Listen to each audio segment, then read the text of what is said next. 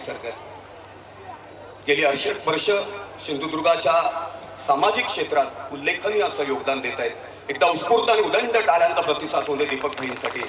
आदरणीय दीपक भाईंना मी मनोगतासाठी या ठिकाणी येण्याची विनंती करतो. मनोगतातून त्यांनी आपल्या भावना व्यक्त कराव्यात.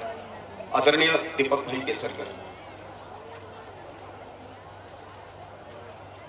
आदरणीय राणेसाहेब, आदरणीय वहिनी, आजचे सत्कारमूर्ती निलेशजी, त्याचप्रमाणे आमचे लाडके पालकमंत्री नितेशजी आणि सर्व मान्यवर, सर्वप्रथम उशिरा आल्याबद्दल दिलगिरी व्यक्त करतो.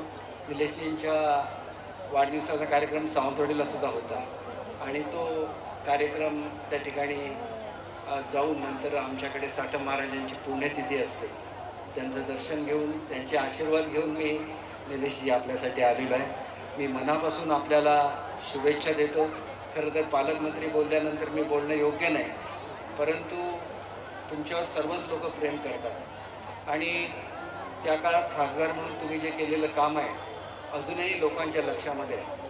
अगदी थेट डोंगर कपाऱ्यामध्ये आपण पंतप्रधान सडक योजनेचे रस्ते पोचवलेले आहेत, हे लोक अजूनही विसरलेले नाहीत.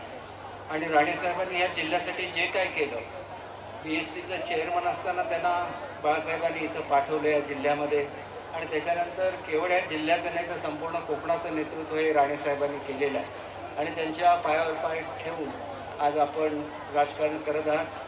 आपल्या दोघांनाही शुभेच्छा देत असताना निलेशजी, आपला वाढदिवस आहे, जीवनामधली सगळ्यात चांगली पदं आपल्याला मिळो, आपल्या हातून खूप कोकणच्या जनतेची सेवा घडो अशी मी ईश्वरचरणी प्रार्थना करतो. आपल्याला मनापासून शुभेच्छा देतो.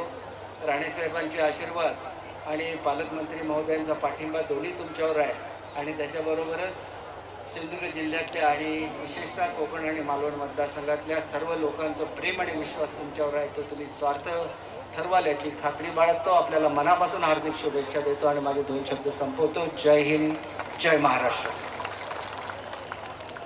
आदरणीय दीपकभाई केसरकर म्हणाले, मी थोडा उशिरा आलो, परंतु एखादा फलंदाज उशिरा येतो पण man of the match, man of the series घेऊन जातो.